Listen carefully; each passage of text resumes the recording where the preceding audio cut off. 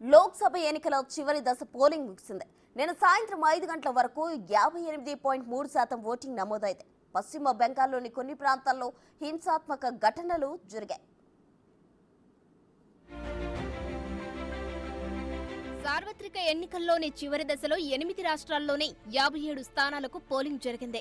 Polling జరిగిన స్థానాల్లో ఉత్తరప్రదేశ్, పంజాబ్, పశ్చిమ బెంగాల్, బీహార్, ఒడిశా, హిమాచల్ ప్రదేశ్, జార్ఖండ్, ఛత్తీస్గఢ్ రాష్ట్రాలున్నాయి. ప్రధానమంత్రి నరేంద్ర మోడీ పోటీ చేసిన వారణాసి నియోజకవర్గం కూడా ఉంది. సాయంత్రం 5 గంటల వరకు 58.3% ఓటింగ్ నమోదైంది. హిమాచల్ ప్రదేశ్లో అత్యధికంగా 48.6% ఓటింగ్ నమోదు కాగా బీహార్లో అతి తక్కువగా 35% నమోదైంది.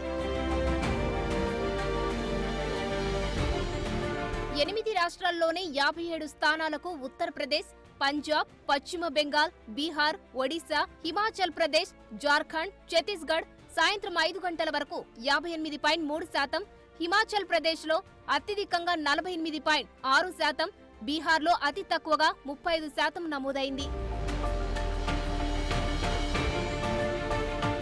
లోక్సభ తుది దశ ఎన్నికల వేళ పశ్చిమ బెంగాల్లోని పలుచోట్ల హింసాత్మక ఘటనలు చోటు చేసుకున్నాయి. రాజధాని కోల్కతాకు సమీపంలోని జాదవ్పూర్ నియోజకవర్గంలో సిపిఎం, ఐఎస్ఎఫ్ నేతలు, కార్యకర్తల మధ్య గొడవ చోటు చేసుకుంది.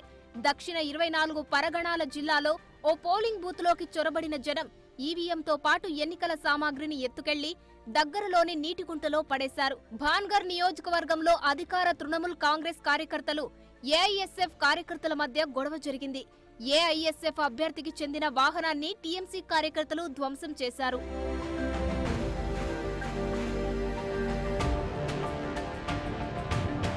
దక్షిణ 24 పరగణాల జిల్లా జయనగర్ లోక్సభ నియోజకవర్గ పరిధిలోనే కుల్తాలీలో పోలింగ్ సందర్భంగా అల్లర్లు చెలరేగాయి. తమ ఏజెంట్లను పోలింగ్ బూత్లోకి అనుమతించట్లేదని ఓ పార్టీ కార్యకర్తలు ఆందోళన చేపట్టారు. మూకుమ్మడిగా పోలింగ్ బూత్లోకి చొరబడి ఎన్నికల సామాగ్రిని చెల్లాచెదురు చేశారు. ఓ ఈవీఎంతో పాటు వీవీప్యాట్ మిషన్లను ఎత్తుకెళ్లారు. వాటిని దగ్గర్లోనే ఓ నీటికుంటలో పడేశారు. పోలింగ్ కేంద్రం వద్ద బందోబస్తు విధుల్లో ఉన్న పోలీసులు వారిని చెదరగొట్టారు. నీటిలో పడేసిన ఎన్నికల సామాగ్రిని వెలికితీశారు.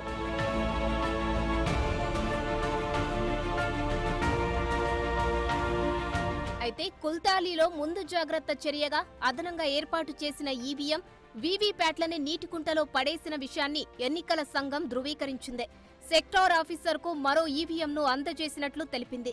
ఈ ఘటనపై కుల్తాలీ సెక్టార్ ఆఫీసర్ పోలీసులకు ఫిర్యాదు చేశారని, పోలీసులు విచారణ చేపడుతున్నట్టు తెలియజేసింది ఎన్నికల సంఘం.